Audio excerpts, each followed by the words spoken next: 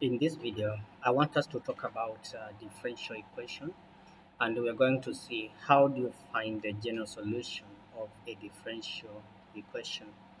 And in this particular session, we shall be focusing on homogeneous differential equations. So in the event you are given a question whereby you are expected to do that, you need to remember that a homogeneous differential equation is one that has a function f of x at this point. So which means that if the function here f of x is maybe a constant, is a linear equation, a quadratic equation, or an exponential function, then it means we are going to have different formats of the um, particular integral. So in order to solve this, we are going to first find in order to find the general solution, we are going to do a complementary function plus the particular integral.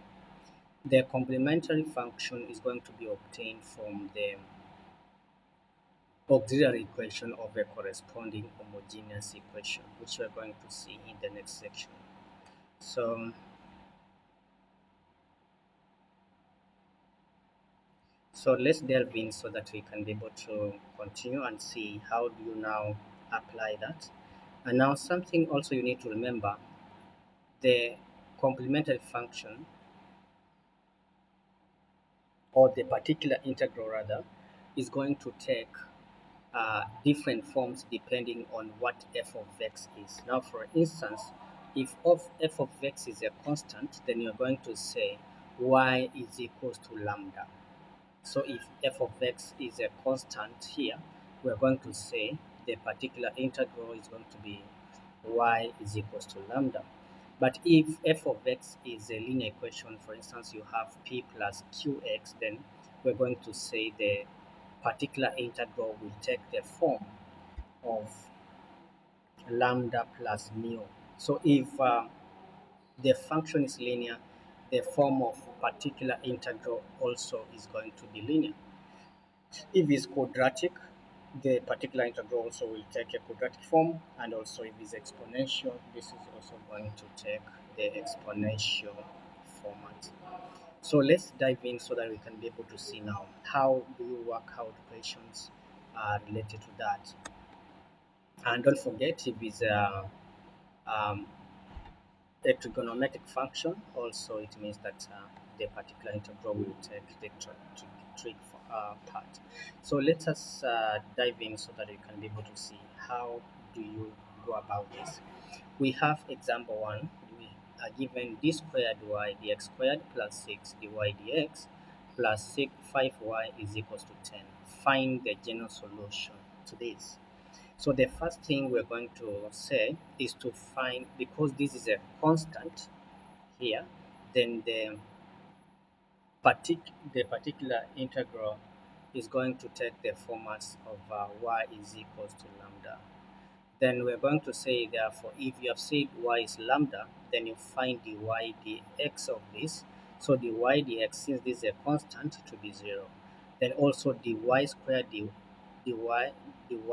the squared y and dx squared is also going to be 0. Then once you have gotten this d squared y and dx squared and dy dx, and also you have y, which is lambda, you substitute that into the original equation that you were given here, right? So meaning we're going to have 0 plus 6, 0 plus 5 lambda, because y is lambda, is equals to 10. And then it means that 5 lambda is 10, so which means that lambda is going to be 2. So we have gotten the exact value of lambda. Then we need to find the auxiliary equation of the corresponding homogeneous equation. And remember, whenever you are picking or getting the auxiliary equation, we're going to say m plus 6, m squared plus 6m plus 5 is equals to 0. Then now we have a quadratic equation here, which we are going to solve. If you solve this quadratic equation, you will find two distinct roots, m equals to -1 and m is equals to -5. So if you have two distinct truths, the function will take the form a is to negative 1x plus b is to negative 5. And this is now what we call our complementary function. This becomes the complementary function. Then to get, of course, the general function or the general solution, we're going to say general solution is going to be complementary function plus the um, particular integral. So that's why we have this complementary function that we have here, which is plus the general solution, the particular integral that we had gotten from the previous section. Remember, we had said the particular solution will be what? Y equals to lambda, and we got our lambda to be 2. So that's why you can see here we are saying that the general solution of this equation here is going to translate to this part that we have there. Example 2, we can also work it out. We shall start by saying because this is a linear equation, then the general form of the particular integral is going to be mu plus lambda x. Then we're going to say dy dx is lambda, then d squared y dx is going to be 0. We substitute this into the equation that was given here. We substitute everything. And if you substitute and put the like terms together, those terms with x and those terms which doesn't have x, we are going to have negative 8 lambda plus 12 mu plus this is 12 lambda x is equal to 36. So we can be able to compare the coefficients. So coefficient of x here is 12, lambda is equal to 36. If you work out, the value of x is going to be equals to 3. The value of lambda is 3. So having lambda is 3, we can substitute it to this particular part, and we can equate this part equals to 0 because we are basically here comparing the coefficients. And in that case, we're going to get mu is equals to 2. To find the complementary function, we are going to form an auxiliary equation of the corresponding homogeneous equation. The homogeneous equation here is going to be m squared minus 8m plus 12 is equals to 0. And if you solve that equation, quadratic equation, you are going to get two distinct roots as well. And if you work it out, you can now say the general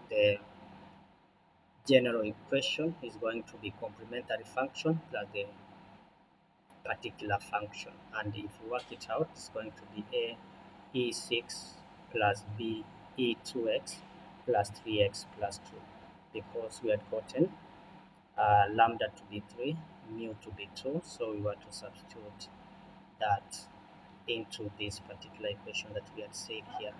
Yeah, so that we have this is our particular integral. So our final answer becomes this finally. Then we have the third example where you are supposed to find the general solution when you are given a quadratic at this point. So meaning we are going to let the particular integral to be this power form, and we just follow. If you are new to Proflan YouTube channel, consider subscribing so that anytime I'm going to do more tutorials, you'll be notified. See you in the next video.